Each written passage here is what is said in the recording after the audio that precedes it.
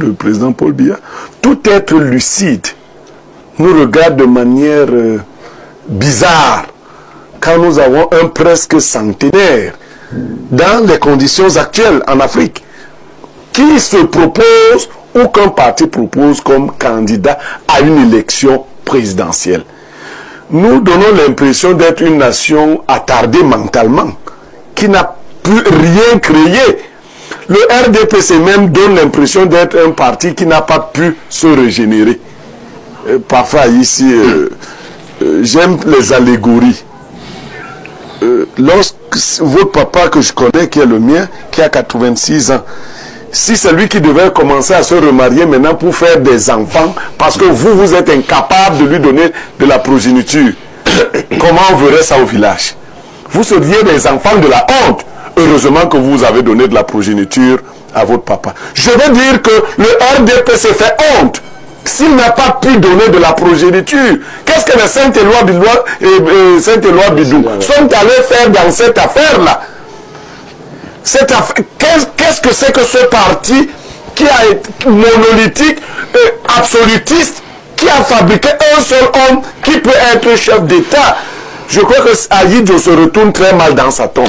Parce que vous savez, Ahidjo avait 58 ans quand il a appelé les gens autour de lui et qu'il a désigné un homme de 49 ans, donc de 9 ans plus jeune que lui.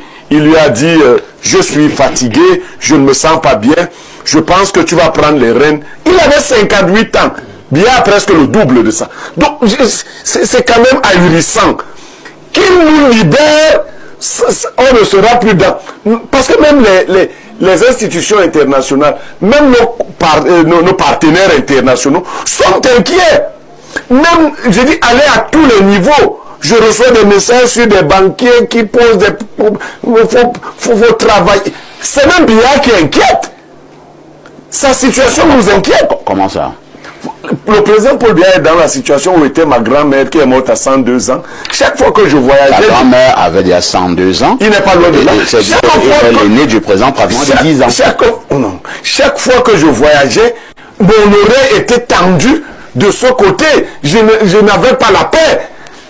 Vous voyez, jusqu'à ce que Dieu la rappelle calmement, je dis que le président Paul Biya n'est plus depuis longtemps l'homme de la situation. Ça, vraiment, on peut aider très bien. Donc, Papa Biya, vraiment, tu nous ferais quelque chose, un service grand en te retirant, en décevant ces gens-là, ces faucons du RDPC qui tirent les ficelles, parce qu'aujourd'hui...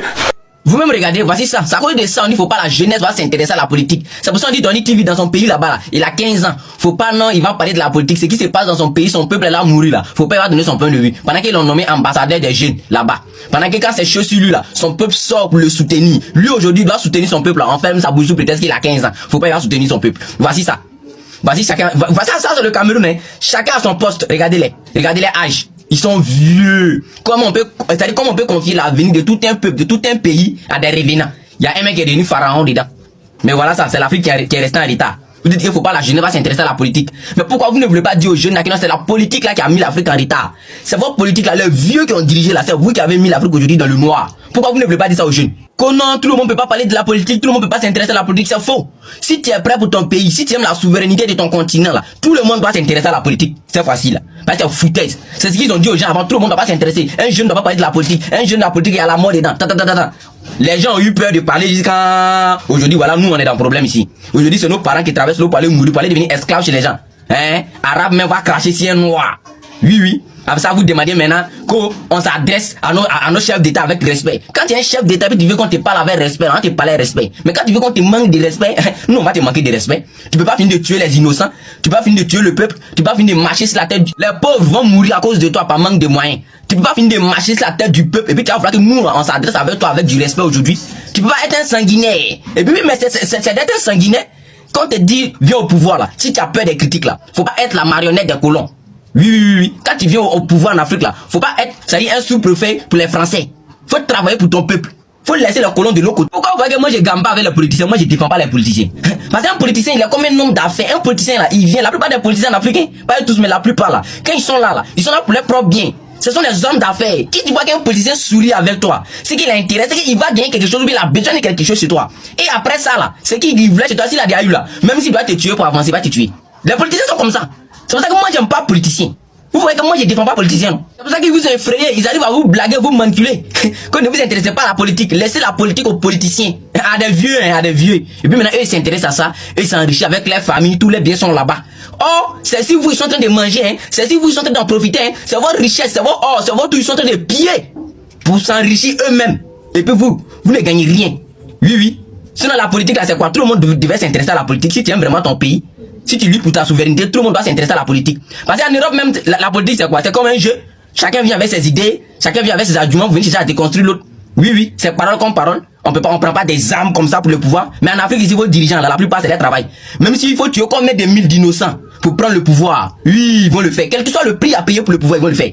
C'est pour ça que moi, je les aime pas. C'est pour ça que moi, je défends pas politiciens. Oui, oui.